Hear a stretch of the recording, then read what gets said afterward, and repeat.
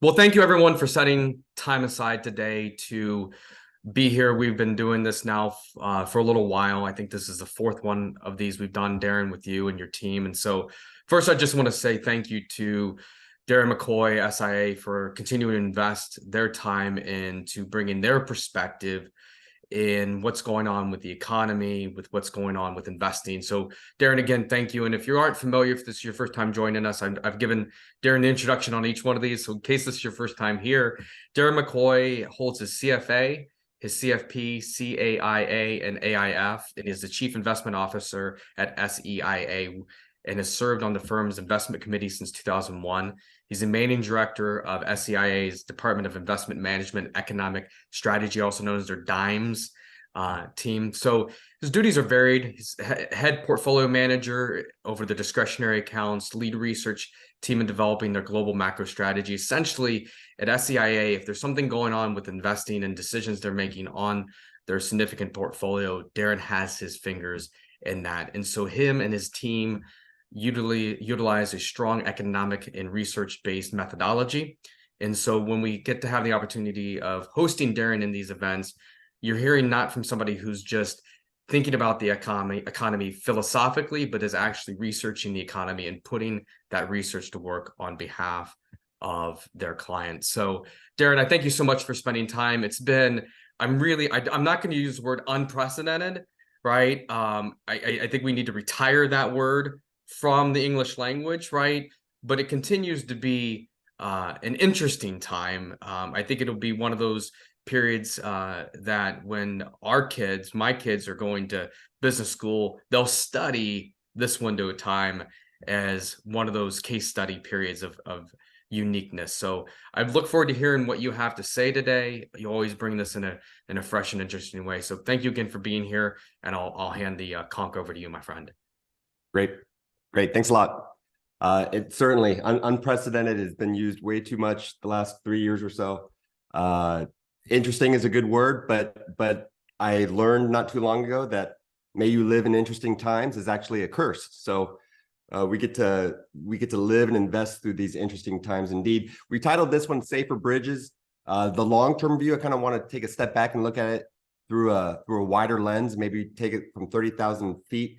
If you've watched us before, this picture may ring a bell. As we were going into 2023, after a tumultuous 2022, we were phrasing the world as kind of, or Jamie Dimon actually was phrasing the world as in the middle of a hurricane. And we were talking about being in the middle of two hurricanes. If you remember last year, we had the stock sell-off, we had the bond sell-off, and then everyone was worried about the next hurricane coming, which was a potential recession. And we used those pictures before, but it really didn't paint the right picture, because when you're in the middle of a hurricane, there's really nowhere to go. And I'm in California right now, Los Angeles, so maybe I should be talking about earthquakes and not hurricanes, although we got our first hurricane this summer, which was, again, unprecedented type of an event. But we kind of settled on this picture instead, where you see this truck in this blue circle here going over this bridge. You'll see that the bridge makes it across the river. It gets to where it wants to go, but you can see here there's a lot of risk here. It's kind of a rusty old bridge. I don't think there's a railing here. It's kind of narrow, so there's a lot of risk. So kind of in investment parlance, the risk to reward was kind of not great for U.S. stock investors as we were heading into the year, because just inflation really changes everything. Tighter monetary policy, tighter fiscal policy. It just wasn't a great environment or a great climate for stock investors. But you can see here that there's two bridges on this picture. One to the right here, again, they make it to the same the same endpoint, right? They get across the river, they get to where we want to go, but one comes with a lot more safety, a lot more guardrails, a lot more security. So that's kind of what we were thinking about this year until we got to the summer. And the summer of 2023 was really kind of a YOLO type of year. And if you don't know that acronym, a lot of people know FOMO, fear of missing out, but YOLO kind of came on in the summer, was you only live once. And what consumers did is, after 2 or 3 years of pent-up demand to go do something, as we were all trying to get out of COVID, they just started to spend enormous amounts of money on events. And whether it was Taylor Swift, Beyonce, Messi coming to America, or the Barbie kind of frenzy in the movie, these ticket prices, these event prices just really went through the roof. And this is all just kind of a summary of a very strong consumer willing and wanting to spend money in our economy. So that really propelled the economy over the summer. And you're going to see it over the next couple of weeks. The GDP for Q3, which is the summertime, is going to come out. It's going to be a pretty strong number. And so what we have here is this risk of recession coinciding with this YOLO summer. And so now what we have here as we head into Q4 is the determination of whether the economy is going to have a soft landing or a hard landing. And my kids were going back to school, and I kind of thought of this as a quiz for quiz number 5 down here. Is the economy going to experience a crash, or are we going to kind of muddle through? And so what investors kind of all think about was the hard landing of 08, the hard landing of 2000, but it doesn't have to be this bubble popping that causes this hard landing. We could have a run-of-the-mill type of recession that we really just haven't seen in quite a while. Or we could have a soft landing like we saw maybe in 2016, 2015 time period where the economy started to get weak with the oil crunch, but the rest of the economy kind of made it through, or maybe more like 94, 95 at the end of an interest rate hiking cycle. The economy kind of just kept chugging along ahead. And then you all remember what happened in the late 90s. So that's where we are right now. Are we in the middle of these hurricanes, these bridges, or is a recession coming, a hard landing coming, or can we get through it and make it to 2024 with a still robust economy? And right now it's kind of a mixed bag. If you can look at some indicators and be quite bearish on the economy. This is a chart of, in the dark blue here, we have the leading economic indicators. And so what that means is what's going on in the economy, and what do we think, or what do these indicators suggest that might happen in the economy in the quarters ahead. And I'll kind of give you an example of what is a coincident indicator and what is the leading indicator. Coincident indicator might be the delivery of a piece of furniture to your home.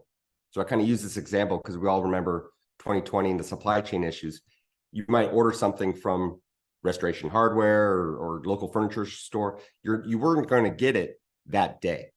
It was going to take months, quarters, maybe even a year to get a couch or something like that. So when you place the order, that gave you a hint of the economic activity that was going to happen a couple quarters from now. So the delivery of the furniture was the economic output. That's when money exchanged hands. That's when you hired drivers and delivery people to get the piece of furniture in your home. But when you placed the order, that's, again, the leading indicator of what the economic activity is going to be in the future. So these leading economic indicators, you can measure and map them, roll them up into one aggregate index, and that's this blue line. And you can see here that it goes up, it goes down. There's periods of growth, like the 90s, like coming out of 2000, coming out of that recession, coming out of the 08 recession. But then there's also periods of contraction, negative. And when you get down into these areas, kind of marked by this orange arrow here, the leading economic indicator gave you a hint of what was coming, which was these gray bar recessions. So it has a pretty good track record too of this blue line going down before the recession occurred. And then you can see here that red GDP line kind of coincides with those gray bar recessions moving below zero here. So this is where we are today. The leading indicators are firmly suggesting we're heading towards recession. But again, you can see here this YOLO summer here is going to get this red line GDP higher. So we're in this area. Where are we? Well, if we kind of look beneath the hood and look at some of these indicators in and of themselves, you can see it's suggesting that we might make it through without a recession. But you have to squint really hard. So what we have here, one of those subcomponents is initial jobless claims. So the first time you file for unemployment. You can see here by these red arrows, this is 1970 to 2015. Jobless claims, initial jobless claims start to trend higher before we enter this gray bar recession. So you really need, there's a lot of other data points we can look at in manufacturing. I talked about delivery and orders and manufacturing orders and new orders for homes and et cetera, et cetera. But what we're really concentrating on right now is the employment picture, the consumer, because again, the consumer is strong as we saw in Q3. So if we get a move up in initial claims, that's going to confirm what we're seeing from other economic data points. So where are we today? Well, the fear in spring was that we were starting to trend higher in initial jobless claims. Again, this is the same chart. We zoomed in on the 2023 time period. So this is where we were getting those flashing red recessionary signals. But what happened is even after Silicon Valley Bank and the banking crisis that we had, mini crisis really, in March and April in the springtime, jobless claims moved higher, but then they moved lower over the summer. And now we're below 200,000, which is the latest print, which is very, very, very low. So we have a strong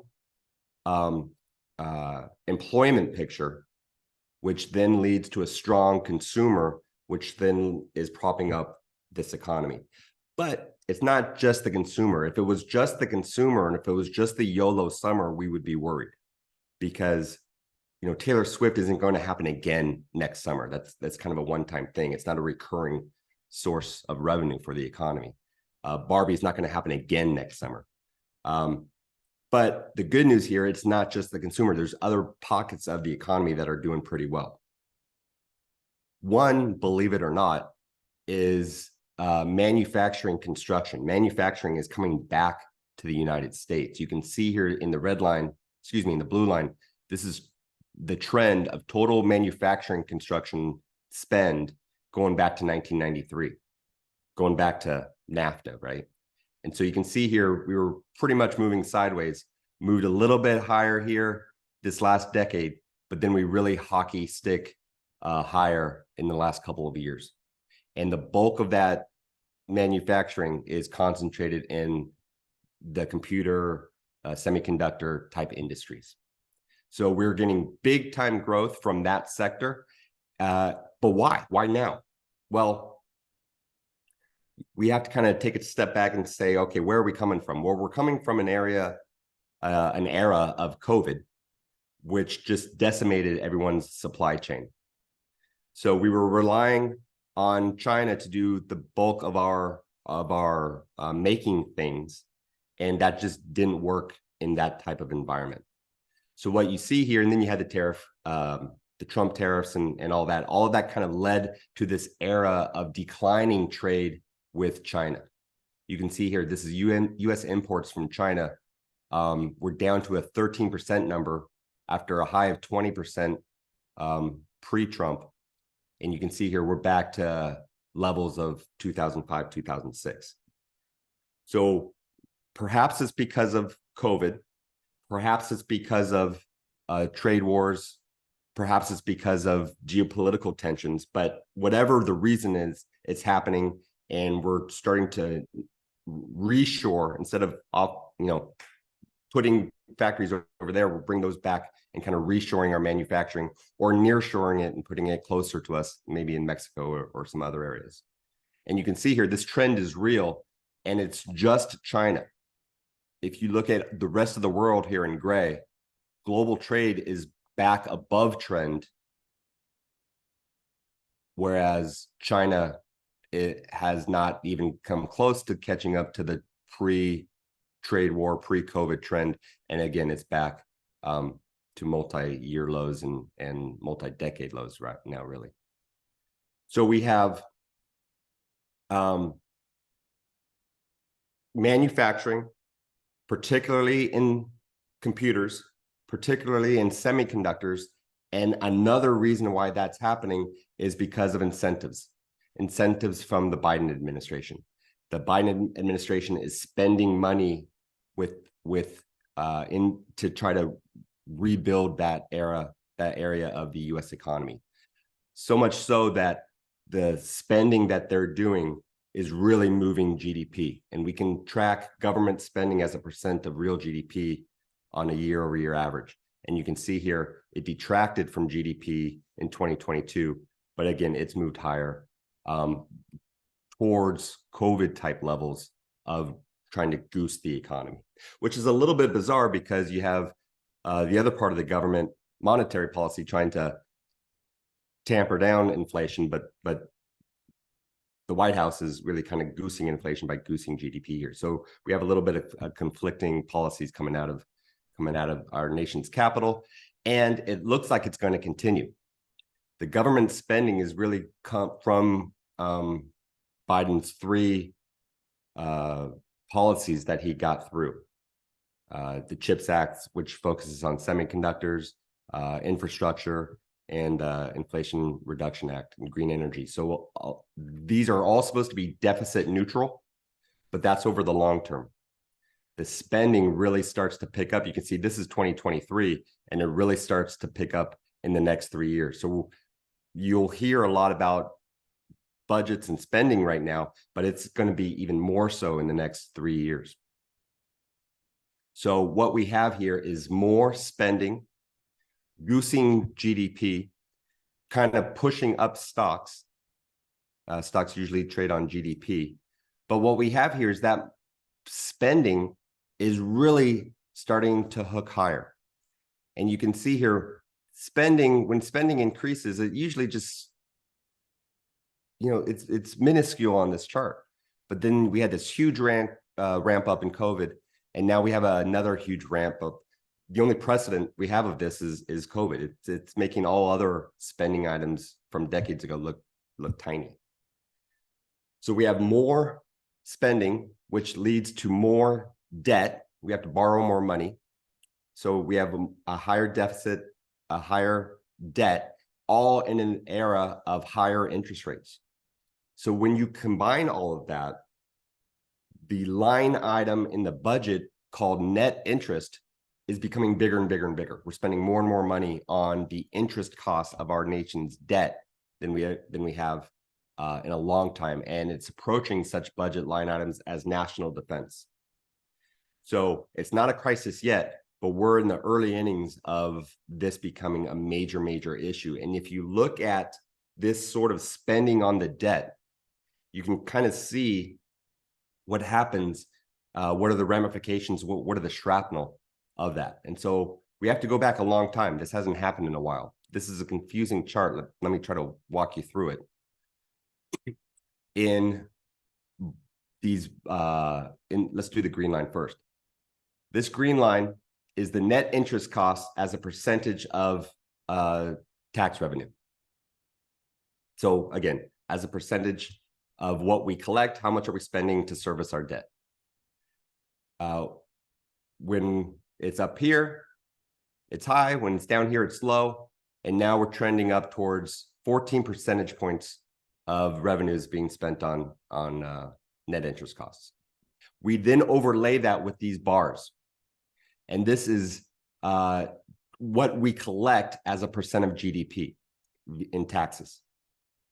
So when it's down here, fiscal policy is accommodative, meaning we're not collecting as much. When it's up here, fiscal policy is tight, meaning we're raising taxes.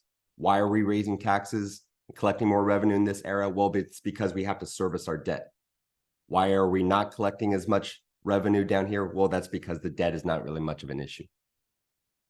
So when we move above this line, historically, it's meant more restrictive fiscal policy.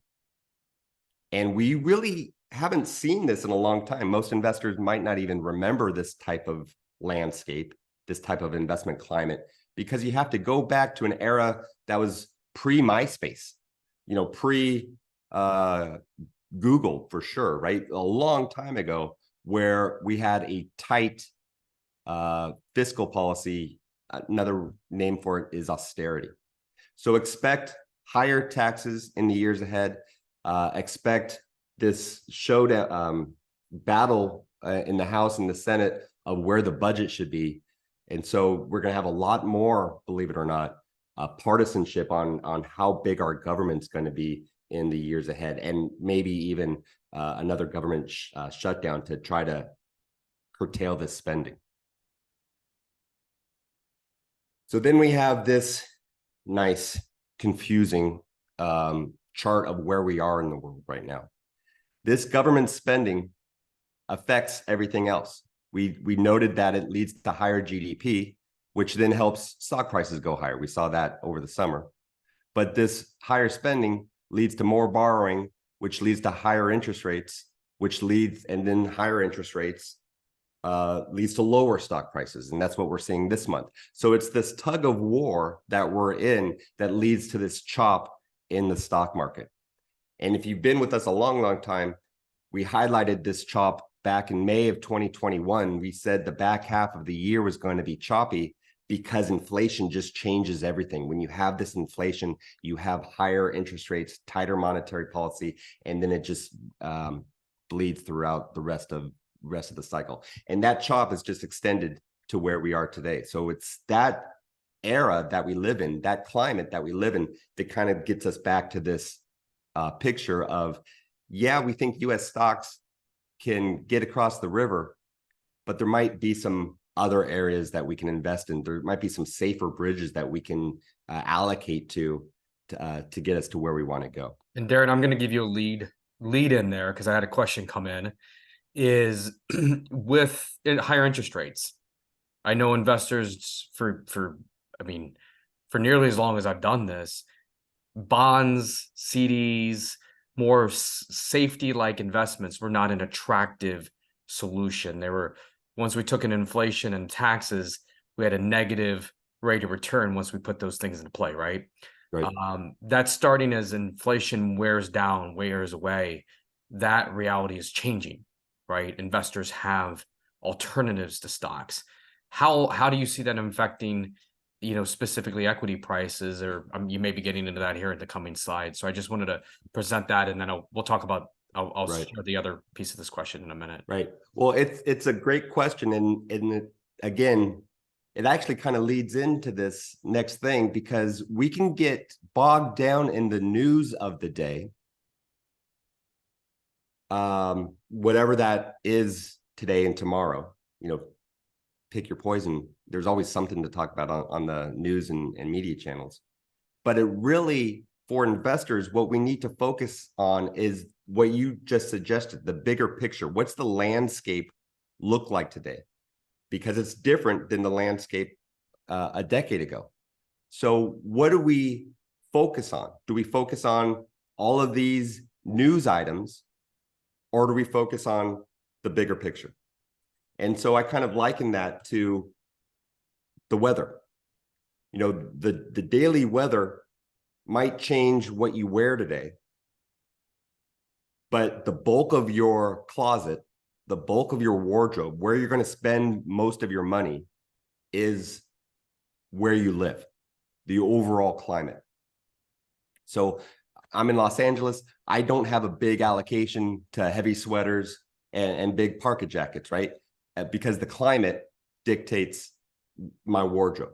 And it's true with investing too. The climate of the investment landscape should determine your allocation versus the daily news flow that we get from CNBC and everything else.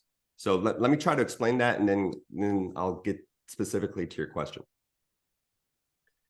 I just talked about the news of the day. Well, the news of the day a couple months ago was the U.S. debt downgrade and a potential government shutdown. We had those news items before. That's not new news. We actually had them back in 2011, and I wrote a piece on it. And we were talking about the U.S. debt downgrade more than a decade ago. And, how would it was the first time this has happened. How would it affect the economy? What were the ramifications from it? So you could talk about the news, but we wanted to talk about the climate. We didn't want to talk about the weather. We wanted to talk about the climate. And so our conclusion back then was stocks were attractive. People were frustrated with stocks. This was 2 years post the Great Recession and GFC. We were talking people into buying stocks. They didn't want stocks. They wanted to do something else. But we were urging investors to get invested into equities because we thought they'd be a great investment. And at a future date, they would regain their leadership and everyone would love stocks because of the climate. And that's kind of took us to 2021 where everyone loved stocks and it was all over the news and you had internet chat rooms and everyone was talking stocks. So it was the climate that made that the right call versus the negative daily news of the European debt crisis and the US debt downgrade and the Tea Party and everything else that was going on. So why is that? What was the climate back then? Well, this is a chart of valuations. And I'm going to stick with stocks here for a little bit, and then we'll get to interest rates and bonds and CDs. Valuations here, you'll hear the term price to earnings multiple or PE multiple. It's just what are stocks worth? What's their valuation? And you can see here there's periods where it's low. There's periods where it's high. And we can kind of think of this and tie it into your question. When you can get 14% from a government CD, the demand for stocks is going to be pretty low. So when the demand for stocks is pretty low, the prices are pretty low, which means valuations are pretty low. When you can get 0% from a government bond, there's a lot of demand for stocks. So that's this era. So when interest rates are low, valuations are high. When interest rates are high, valuations are low, all things else being equal. So if we were moving into a permanently higher era of interest rates, you would expect valuations to move lower. And that's kind of what we've seen the last year or so. So fast forward to 2011, valuations are very low. And the average is like a 16, 17 type of number. So we were saying that get invested into stocks because not only is the economy going to improve, but valuations are going to improve as well. Why did we think the economy was going to improve?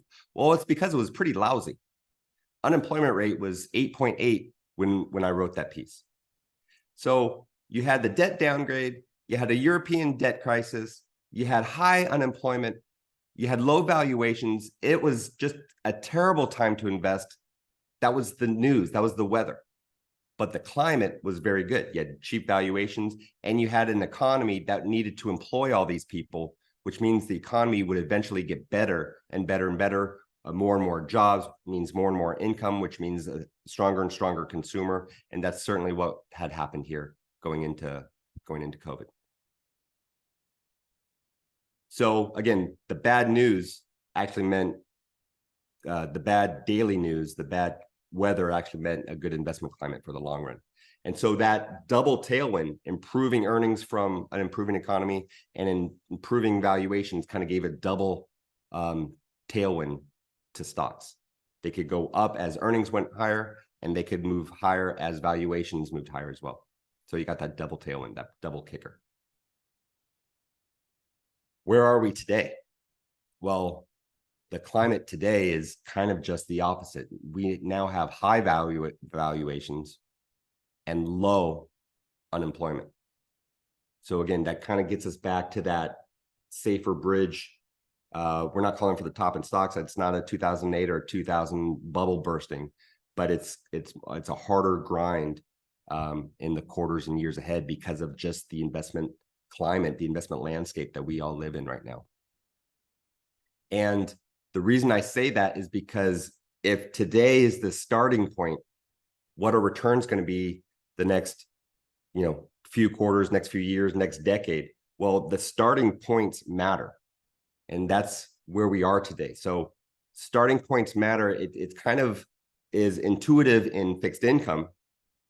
If you're buying a bond and the starting yield to maturity at the beginning of a 10-year period is 12. So if you're buying a bond with a 10-year bond with a yield to maturity of 12%, you're kind of expected to earn 12% over the course of the 10 years. This is the total return over the next 10 years. Conversely, if you're buying a bond at 2% over the yield to maturity over 10 years, you would expect to earn 2%. You can't make 12% with starting yields is 1 or 0. It just can't happen. So starting yields really determines your future return. That kind of makes sense in bonds because that's what a yield to maturity is. So it's your income based on your price. To put it into stock parlance, change income to earnings. It's what are you earning based on the price that you're paying. So it's that E over P that gets us to where we want to go. Well, in stocks, it's the same thing. E over P is just the reciprocal of P over E. So sorry, this is the math portion of the presentation. The valuation P over E, price to earnings, if we take the reciprocal of that, it's the E over P or the earnings over price, which we just saw in fixed income. That's the starting point of that determines your future 10-year forward returns. It's true in stocks as well. When you start with higher PEs, you get lower forward returns. When you buy stocks with real cheap PEs, you get higher forward returns. So when we're trying to predict the next 10 years of returns, it's very, very difficult, but this kind of gives us a roadmap of where we're going to go. And unfortunately, right now we're in an era of higher PEs. So predicting forward returns on stocks is very, very hard. It's a lot easier in fixed income. The reason why it's hard, well, it's based on earnings, which are based on sales. It's actually kind of easy, or at least I should say easier, to predict forward sales of US large cap companies. Sales, just, what their gross income follows along kind of around a 4% compounded annual growth rate, CAGR. That's just kind of what it happens. There's periods where it's higher, then a recession hits, it brings it down. Over several cycles, it's around 4%. Earnings are a little bit tougher because earnings, you have to factor in the costs of the company. What are the costs of the labor, salaries? What are the costs to borrow money? What are taxes going to be? So earnings is a little bit more volatile, but you can see here, even earnings compounds at around a 7% annual growth rate. Sometimes higher, sometimes lower, maybe higher here a little bit lately as we get larger and larger companies with smaller and smaller labor force. But remember the 7% number. So we can predict sales, we can predict earnings. It's much, much harder to predict stocks because stocks are a function of their earnings and the price to earnings multiple. And you can kind of see here in this chart, this red line is the S&P 500 return going back to 95, some positive years, some negative years. What made up that return? Well, in gray was earnings. So in most periods, you have positive earnings. Here, let's use this number, 2017. Multiple didn't change that much. The earnings grew, so the S&P grew. But this dark blue line is the change in multiples, the change in valuations. So you can have years like, what's a good one? Let's pick on 2011. Earnings went higher, but valuations came down, so you had a flat year. The valuation compression offset the growth in earnings. So you'll hear about pundits on TV all the time saying, well, the company is fine. It's still selling phones and sneakers and whatever. But we also have to be mindful of the multiple on that company as well. So that bounces all over the place. And again, that's just this chart. Again, you can see the multiples bounce all over the place. Higher, lower, higher, lower, higher, lower. It's volatile. It's a very volatile series. And that really can determine your growth in your portfolio, because again, the company's fine, still making money, but that multiple valuation will kind of move stocks around. So going back to 2011, this is just a simple Excel sheet. S&P 500 earnings were $98. And when you compound that at a 7.5% growth rate, you would think that in 2021, we'd get around $200 in S&P earnings. We were pretty close. We got 210, 209. So again, predicting earnings is pretty easy compared to predicting stock prices, because it's based on this PE multiple. So you take earnings, E, times it by PE, the two E's cancel out and you get the price, right? And so that's this area here. So earnings times PE gives you the value. And you can see here the PE multiple in 2011 was 12. We thought it would revert back to the mean of, let's say, 16. But what we had in that decade was an ending euphoria, people buying GameStop and Dogecoin and everything that was going on back then. We ended that year with a PE of almost 23. And so that gave us a high at 47.66. So that compounded annual return over 10 years wasn't 7.5. You got the double tailwind, you got the earnings, and then you also got the PE multiple expansion. So the total return over that time period was 14% annualized. It was a great decade.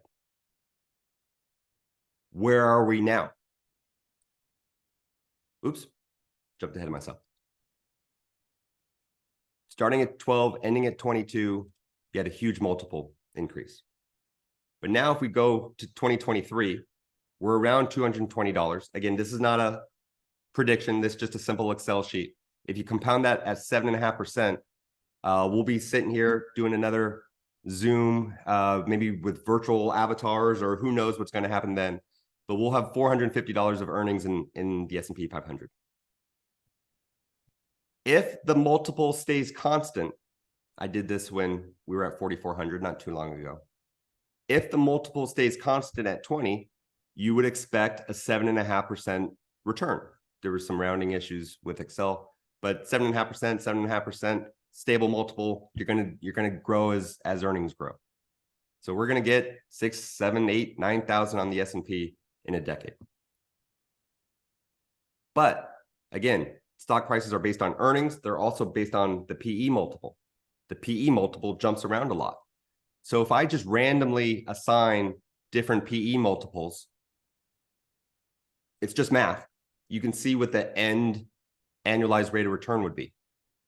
So if the PE multiple moves higher from 20 to 22, our annualized return will be greater than 7.5 because of that double tailwind. If PEs move lower, you can see our total return is going to be less than 7.5 because that PE compression acts as a headwind. And so you can see here, if way out in 2032, we have a horrible recession and PEs go to 12 like they did in 2008 and like they have in past recessions, you can see some of these returns can be pretty lousy. So it gets us back to this picture. What are some other areas that we can invest in? We're global allocators. We can look around the globe. We don't have to invest in US stocks.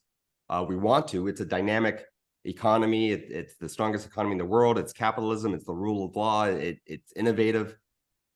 We want to have a big allocation to US stocks, but we also want to look around the globe to see if we can generate similar types of returns with less risk, or take the same amount of risk and earn a better return.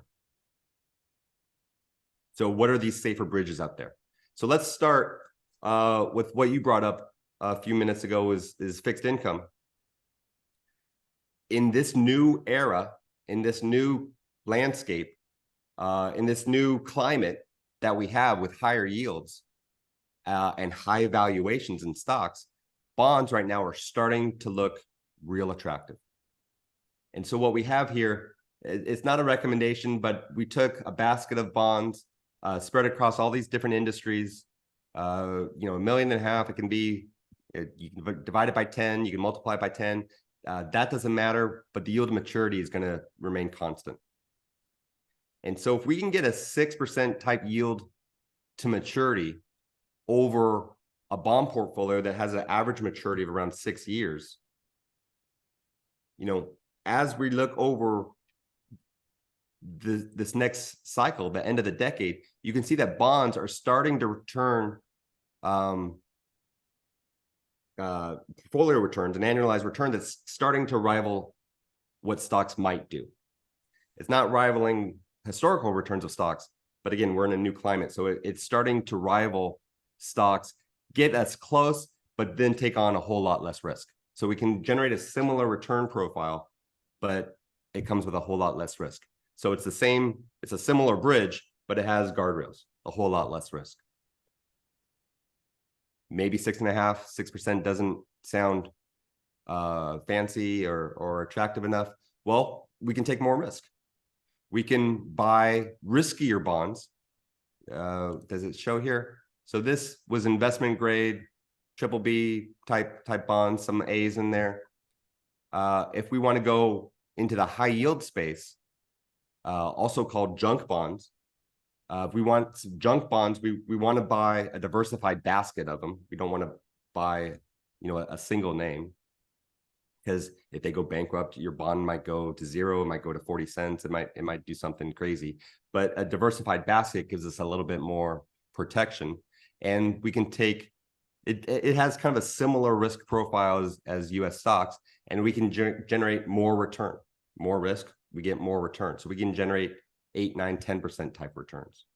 So again, we can have a return profile with less risk, or we can have a return profile that's higher with more risk, or we can take it one step further and introduce some assets that are, you can call them alternative, you can call them private. There's a couple of different names for them for different things.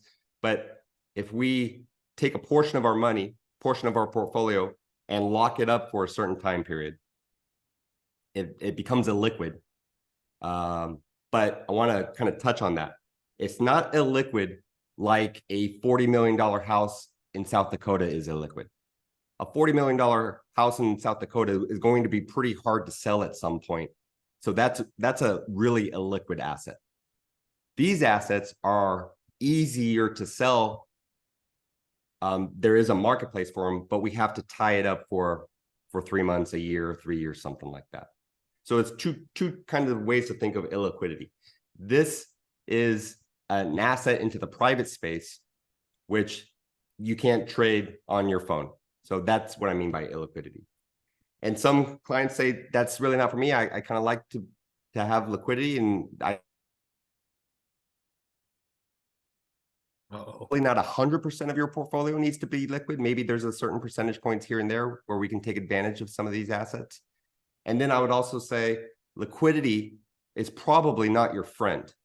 We don't see a lot of clients and prospects and other investors around the world.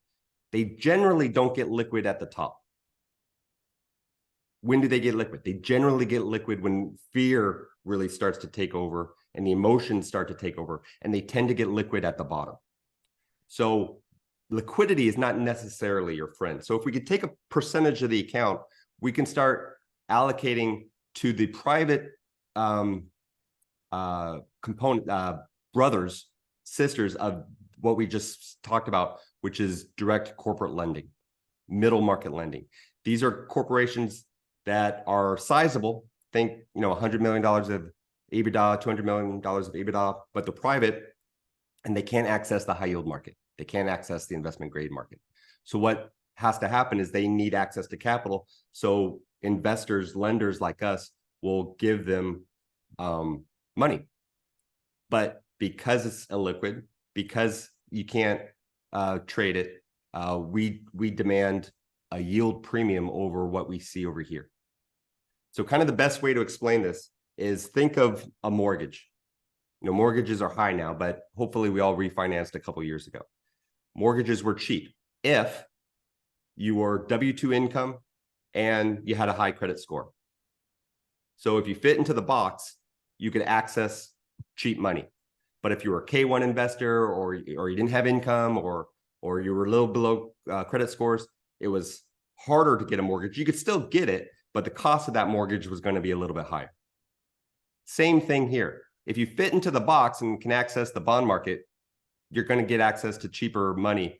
If you don't fit into the box, you have to pay a little bit more. And as investors or as lenders, we get to earn that excess premium. So all of these are areas of the fixed income market, the bond market, they look really attractive in this era right now of where we are. What else can we do? Well, we can look at international stocks. We can look overseas. They haven't done much in a long time. You can see this is Japan, United Kingdom, and France. Going back to 07, returns are kind of just flat. But what that means is they're cheap. And so valuations are really low. But what we want, we don't want to just buy cheap assets. We want a catalyst. And so we're looking around the globe to see what catalysts may be. You can see here, Japan has recently jumped higher because they have a catalyst of a more normal monetary policy right now. If you look at the UK, you know, they've been flat for decades. Why is that? You can see here, can you read it? You know, 2 decades ago, this is the UK, this is their price. They performed similarly to the S&P 500. So this is, the gray line is the UK FTSE index versus the S&P 500. Large cap UK stocks versus large cap US stocks. But what happened here? The underperformance of England and the whole area really started to materially underperform. Well, what happened in this time period? Mainly it was Brexit. So Brexit really caused hiccups in the English stock market. And so much so that there's now talk, I have no inside information, but there's talk of another vote coming that may reverse some of the negative aspects of Brexit. So if that happens, maybe that's the catalyst that would then have this U-turn and head higher, which if that were true, that would mean it would be outperforming US stocks. So again, there's other areas of the world that we can invest in that can generate similar returns or even larger returns than US stocks. And so what I really want the takeaway to be here is we're not calling for the top in US stocks. We don't hate the US economy. We actually love it. But the climate, the landscape of where we are investing today is very different than it was 10 years ago. And so when you're in a new climate, you need to adapt and you need to kind of change and augment that portfolio. You need to change your wardrobe to kind of adapt and survive and thrive in this new landscape that we're going to have here over the next few years or so. So did I answer that question? You answered it. I think you answered it well. And I think, you know, certainly looking at, you know, one of the things always, my comparison to this is that we all have a certain amount of capital, right? We have a certain amount of cash in our pockets. And if you think of that cash, not as in spending cash, but risk, how much risk are you actually willing to take? And us as investors, we want to spend as little much of our risk capital to get as most return as possible, right? And so the current environment, it makes it harder to champion putting more of that capital on equities when we have all these alternatives that haven't been available in recent years to give a competitive return that tend to historically have a lot less risk or volatility. So the kind of the follow-up question, and I think it was 2 of these ago, I asked you this question, and I think it's the conundrum, right? You know, when someone could potentially point to this as the reason for some of this AI innovation is the labor market. The labor market continues to be this interesting puzzle of tight labor supply, not a lot of individuals available to work in relation to the amount of jobs available that people are, you know, have posted on all the different job boards. You see, you know, I think I saw a print that the labor force participation rate for individuals under the age of 55 was some unbelievable number, 85%. I think I saw. That may be slightly inaccurate, but that's my recollection.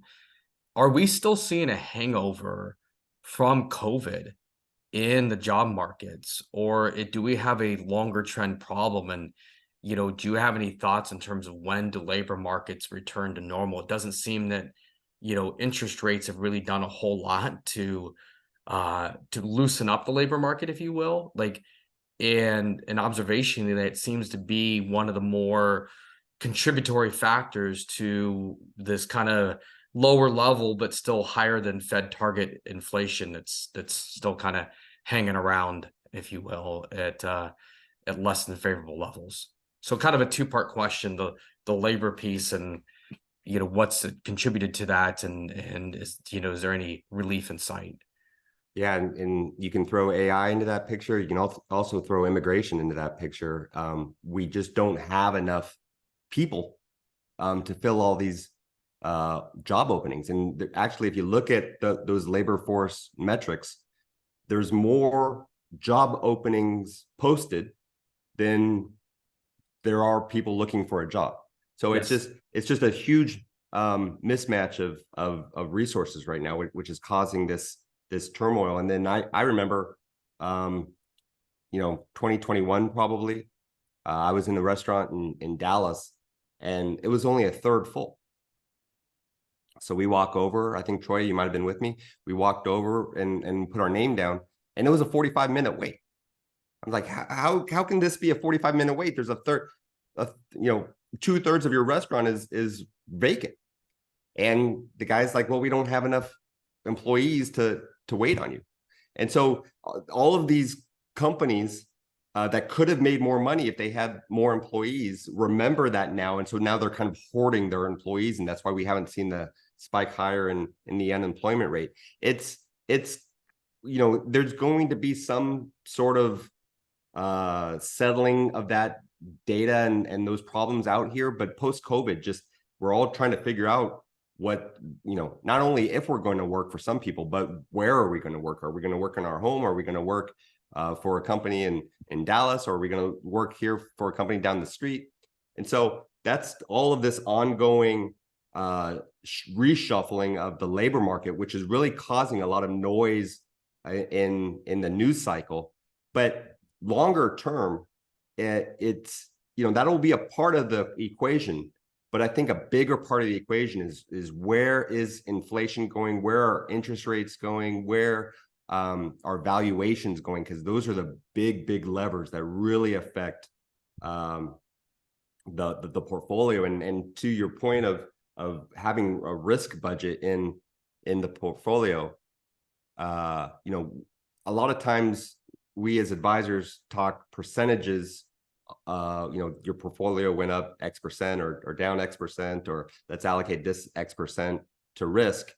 But we see a lot of clients that think in dollars. And so when they lost, let's say their portfolio was $1 million in 2007, and they lost $400,000 in the next 2 years. Yeah, they got it all back if they held on. And now their portfolio is 2 or 3 million. But they come to us and they say, I don't want to ever have that happen again. And so they're thinking in dollars. And so if they don't ever want to lose $400,000 again, but now their portfolio is 3 million, well, then the whole risk profile needs to change. And there really needs to be some heavy conversations on where we should actually be invested in and what kind of return profile we should have. So do you think in absence of a comprehensive immigration reform package, I said that in the most apolitical way I could possibly articulate it, That's right. or an absence of meaningfully higher interest rates, do you think the labor market can resolve itself to something in a more equilibrium position? Or does that continue to be a thorn or in our side economically for some period of time? I think that's the question I keep personally wrestling with, is that, it doesn't seem that I look at it's, hey, it's still 2-1. It's still 2-1 for quite some time now.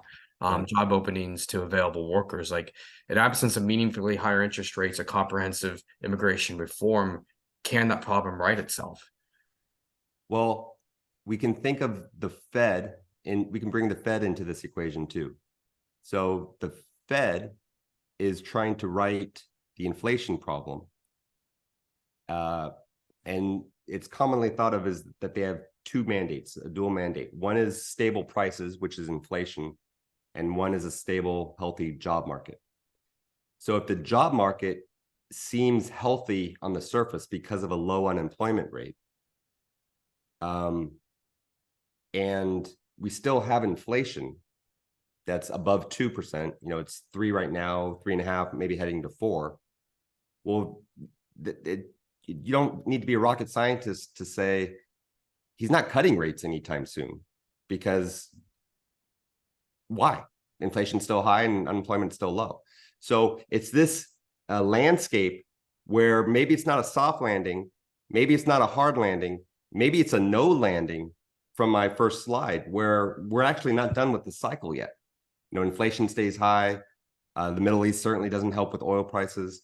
And we're still in this environment of perpetually high interest rates until something maybe breaks. And then when that something breaks, that will then have ramifications on the job market. And yes, I think we ultimately settle this out, but we as humans are still trying to figure this post-pandemic world out. And that resolution doesn't happen in a quarter or two. It happens in years. Perfect. I agree with you. I think that we're here for a higher interest rate environment for some time to come, that the rates that we'd have to move things up to break the job market is likely higher than what the Fed's willing to do. And so they've ratcheted up to a place where they feel the pressure is enough to squelch inflation, but not break the economy. And it's an interesting, it's certainly, I find it academically interesting for certain. Right. And let me bring up two points here that I failed to bring up earlier. One is today's bonds aren't the same bonds as the bonds from 2021. And what I mean by that is 2021, you had bonds with very low return and a very high probability that rates would move higher. So you had low return and high risk.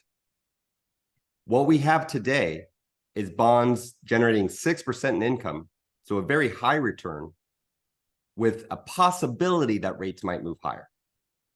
So we have high return and lower risk. So the math behind fixed income right now is completely different than it was in 2021, which makes us more comfortable in owning fixed income.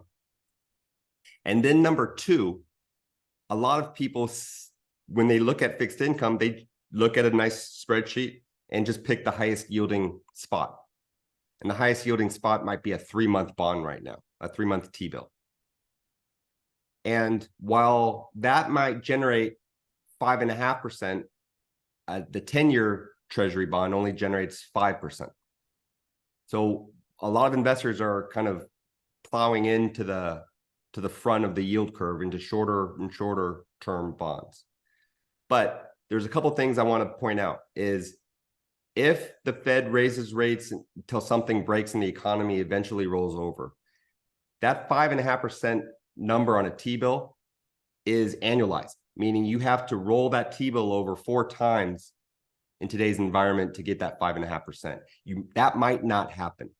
It might, but it might not.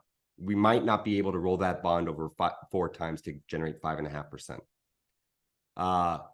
And then 2 is we really shouldn't be too mad at Granddad in 1982 that sacrificed 2 percentage points in yield by not buying the 2-year bond, but instead buying the 30-year bond so he could lock in 15% for the next 30 years, right? So today, don't necessarily go into that short-term T-bill. Maybe we take some of the money and lock it in for a much longer period of time. And it's the opposite of a mortgage. When interest rates are low, you want to lock in that 30-year mortgage. Now interest rates are high. We want to lock in that longer term bond return. Makes sense.